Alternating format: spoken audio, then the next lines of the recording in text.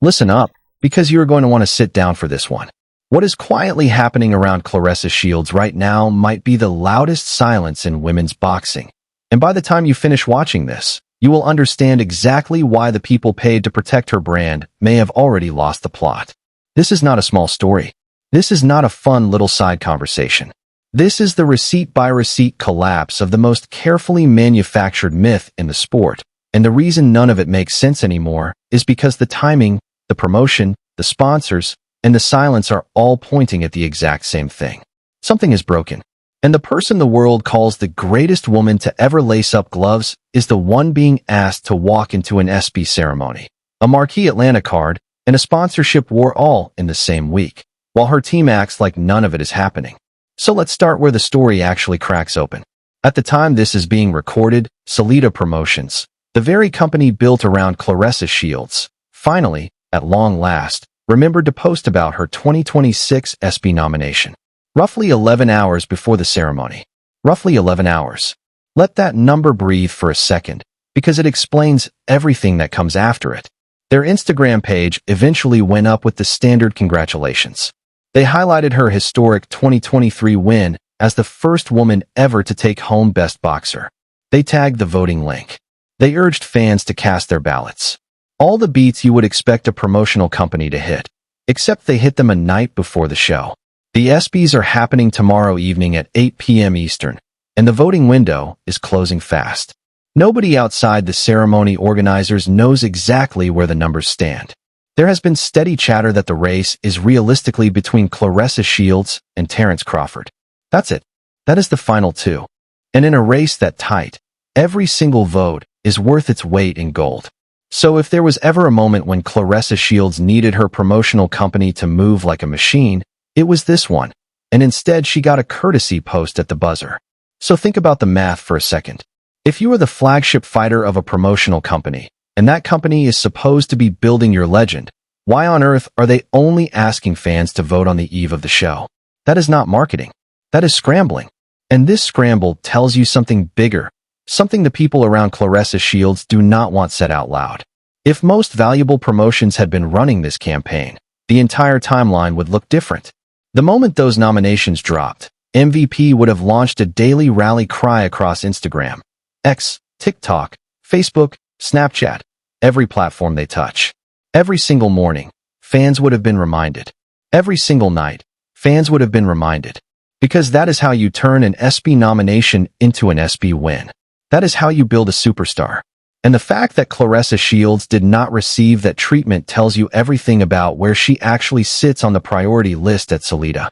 Sources close to the situation are saying this pattern is not new.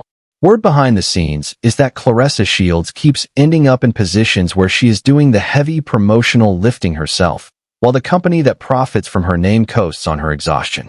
Yes, she posted a few times on Facebook and X. Yes, she reminded fans directly. But her own team went silent until the buzzer. That is embarrassing. Not embarrassing in a small way. Embarrassing in a way that leaks straight into how brands, sponsors, and networks perceive her value. Because in this business, perception is not built on knockouts. It is built on rollouts.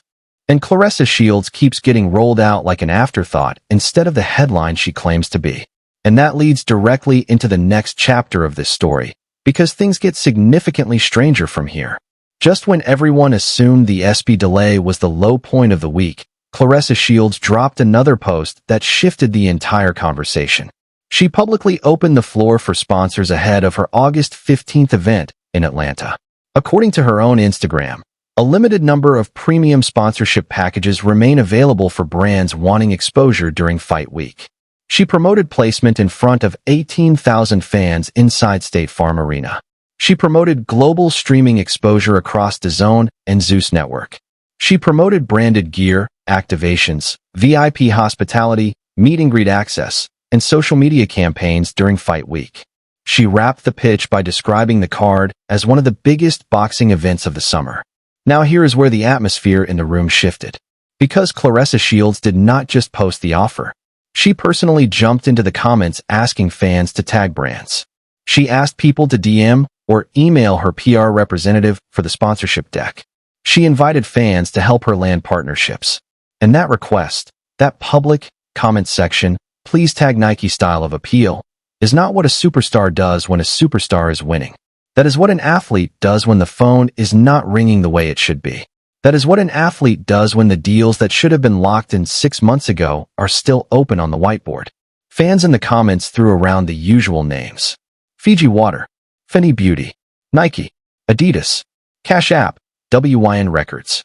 And the moment those names started repeating in the same recycled loop, the real question announced itself. Which of those brands is actually willing to attach its logo to Claressa Shields right now? That is the question nobody in her camp seems ready to answer honestly. Because here is the uncomfortable truth. Once the same 3 or 4 names keep circling, the outcome is already decided. The sponsors on that August 15th card are almost certainly going to be the same familiar ecosystem that has surrounded Claressa Shields for the past year. Zeus Network patches, WYN Records logos, the same in-house partners recycled onto new gear. That is not a global brand pipeline. That is a family reunion. And a family reunion does not put you on the cover of an ESPN 30 for 30. A family reunion does not put you in a Super Bowl commercial. A family reunion keeps you exactly where you already are. And this is where the Laila Ali comparison becomes impossible to avoid. Because Laila Ali tried to hand Claressa Shields the exact blueprint, and Claressa Shields chose to hear an insult instead of a lesson. Laila Ali did not build her career on titles alone. She built it on marketability, on brand safety, on being the woman that Fortune 500 companies could pay to represent them without waking up to a scandal cycle every other week. That is not a small skill. For female athletes, it is arguably the most valuable skill in the sport because sponsors are not measuring your last knockout. They are measuring your reputation risk. They are measuring whether the person on their billboard is going to be trending for the wrong reasons by the time the campaign ships. And every time Claressa Shields brushes off that lesson, she pushes the door to that room a little further closed. So let's put the question on the table honestly. Why exactly should a major corporation invest 6 or 7 figures into wrapping its brand around Claressa Shields when the last 12 months have produced a headline reel most PR teams would consider a fire drill? There was the confrontation with Franchen Cruz-Dezern during Fight Week.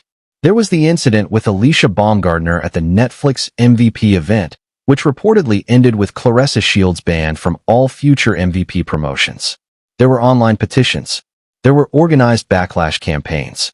There were public falling outs with former friends, with family, with rivals. Every one of those moments may feel small in isolation, but stacked together, they form a risk profile. And risk profiles are exactly what corporate sponsorship departments read for a living. Fair or not, that is the arithmetic. For a moment, a very brief moment, it actually looked like Claressa Shields had absorbed the lesson. After the fallout from the MVP incident, she stepped back. She went to Aruba. She let the noise cool. She posted less. She appeared to reset. And that reset was smart. But then the cycle returned exactly as it always does. New confrontation, new comment section war, new headline, new distraction. And every single time that cycle resets, the price tag on her brand quietly ticks downward because sponsors do not need a fighter, they need reliability. Sponsors do not need a champion. They need a face they can put on a Super Bowl ad without a legal department losing sleep. Every one of those cycles is another meeting in another skyscraper where somebody in a suit slides a folder marked risk assessment across a mahogany table and says the name Claressa Shields with a hesitation that used to not be there. Now here is the part that really deserves attention. Watch the fight announcement footage from Atlanta again. Watch how thin the room looked. Watch the host having to prompt applause. Watch the energy in the venue that was supposed to be roaring. That is not the optics of a globally hot property. That is the optics of an event that is fighting for oxygen. And now we are being asked to believe that corporate America, knowing every headline, every rumor, every controversy, every dropped ball, is going to line up to sponsor a card featuring Zeus Network personalities alongside Ray J? So where do you land on that? Because a lot of people looked at that lineup and said the same 3 words. Make it make sense. And this is exactly the moment where the strategic gap becomes obvious. If you have a professional PR team, why are you doing so much of this outreach personally? Why are you the one publicly asking for sponsors weeks before fight night? Why is the ESPY campaign only firing 11 hours before the ceremony? These are not small questions. These are the questions every real business manager quietly asks before they sign a deal. And every time those questions go unanswered, the market answers them for you. Silence, in the sponsorship game, is never neutral. Silence is a verdict. So anyway, let's rewind for a second and look at how Claressa Shields herself talks about her own career, because this is where the disconnect becomes cinematic. Claressa Shields regularly reminds the internet that she is bigger than any promotion. She reminds fans that she is the face of women's boxing. She reminds everyone that she is the greatest to ever do it. She reminds the sport that every other fighter should recognize her status. And there is a version of that confidence that is inspiring, the kind of self-belief that only champions carry.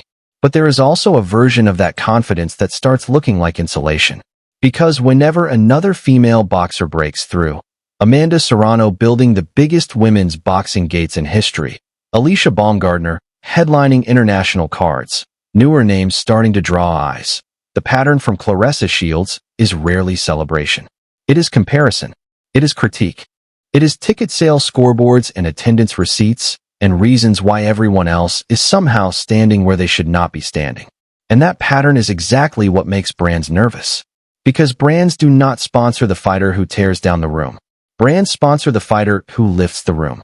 Brands sponsor the woman whose rising tide floats every boat in the sport. That is why Amanda Serrano keeps landing new global partnerships. That is why Katie Taylor keeps landing marquee endorsements. That is why the sport around Claressa Shields keeps growing, while the ecosystem directly under her feet keeps recycling the same 3 logos. When Amanda Serrano headlines Madison Square Garden, the room gets bigger for every female fighter on the planet. When Claressa Shields headlines Atlanta, the room keeps whispering to itself about why the applause had to be prompted. Now, if you have been paying attention, you have probably noticed something else that is happening in parallel. Somehow Claressa Shields has been dragged into the Love Island USA Season 8 conversation this week, with fans, rivals, and even Chris Cyborg tossing jokes about open season being declared on her name. Depending on who you ask, she is being labeled everything from Papooses' rumored partner to the woman permanently anchored to controversy. And this is the exact kind of noise a sponsor cannot afford. Not because Claressa Shields did anything wrong in that particular news cycle, but because her name is now attached to a discourse that has nothing to do with boxing. That is how brand equity leaks out. Not through one big incident. Through 50 small tags on 50 unrelated stories. Trust me, this is about to get wilder. Because the deeper you look at this sponsorship request, the more it starts to feel like a public appeal rather than a position of strength. Superstars do not tag brands in comment sections. Superstars have agencies that quietly place the calls. Superstars have PR firms that whisper the meetings into existence. So when a fighter of Claressa Shields' stature is personally out here asking fans to help her land Fenny, something in the machinery is jammed. And the question worth asking is not who jammed it. The question is why nobody around her seems willing to fix it. Because look at the broader picture. There is no major global brand publicly campaigning for Claressa Shields right now. There is no elite promotional house repositioning her into the mainstream entertainment tier. There is no powerhouse PR agency openly steering her image toward crossover territory. What there is, instead, is Zeus Network attempting to inject buzz into the Atlanta card. Without that Zeus injection, a lot of people believe the event would be struggling for oxygen even more visibly than it already is. And once again, the same 3 words show up in every comment thread. Make it make sense. Now let's also address the elephant nobody wants to name. If rival promoters or industry insiders hear that Claressa Shields is chasing new sponsorship deals, do you really think they are going to sit quietly and let the announcements roll in? That is not how the business works. Old footage resurfaces. Old headlines get reshared. Old controversies get quietly forwarded to legal departments during vendor review. That is the invisible war that happens whenever a fighter tries to level up their brand. And it is exactly why the industry has repeated the same warning to female athletes for decades. Protect your image, because it is the only asset that appreciates faster than your title belts. And every athlete who has ignored that warning has paid the invoice eventually. Some paid in lost contracts. Some paid in canceled campaigns. Some paid in networks that stopped picking up the phone. So the fair question becomes this. Has Claressa Shields protected her image? Has the team around her protected her image? Has Salita Promotions protected her image? Because the receipts say the ESPY campaign fired 11 hours before showtime. The receipts say the sponsorship deck went public on Instagram instead of into a boardroom.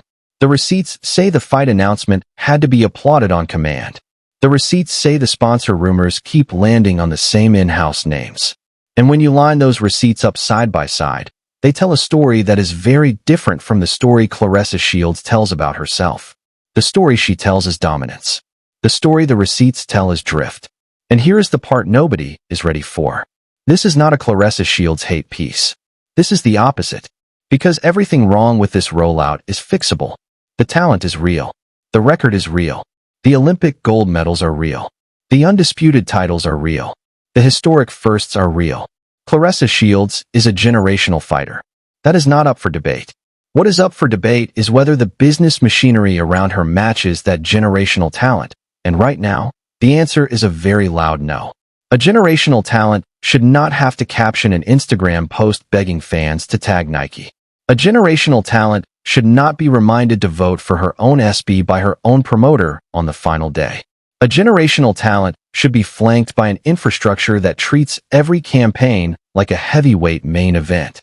So the honest read is this. Claressa Shields is either being underserved by her team, or she is choosing to shoulder her marketing burden alone. Either scenario is a warning sign.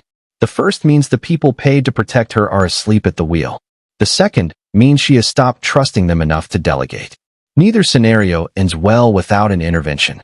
And an intervention is exactly what the last 12 months have refused to deliver. And that brings us to the Laila Ali blueprint one more time. Laila Ali did not just fight. Laila Ali cultivated.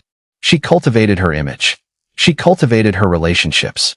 She cultivated the version of herself that corporate America could invite into a boardroom, a network green room, a keynote stage. She understood that the ring was only the beginning of the career, not the entire career. That is the piece Claressa Shields keeps missing. Every time somebody hands her that mirror, she treats it like an attack instead of a map. And the tragedy is that Laila Ali is arguably the one person in the sport whose advice is worth the most, because she lived the exact trajectory Claressa Shields wants, the pivot from world champion to household name. She is not the enemy. She is the manual. And a manual is only useful if you actually open it.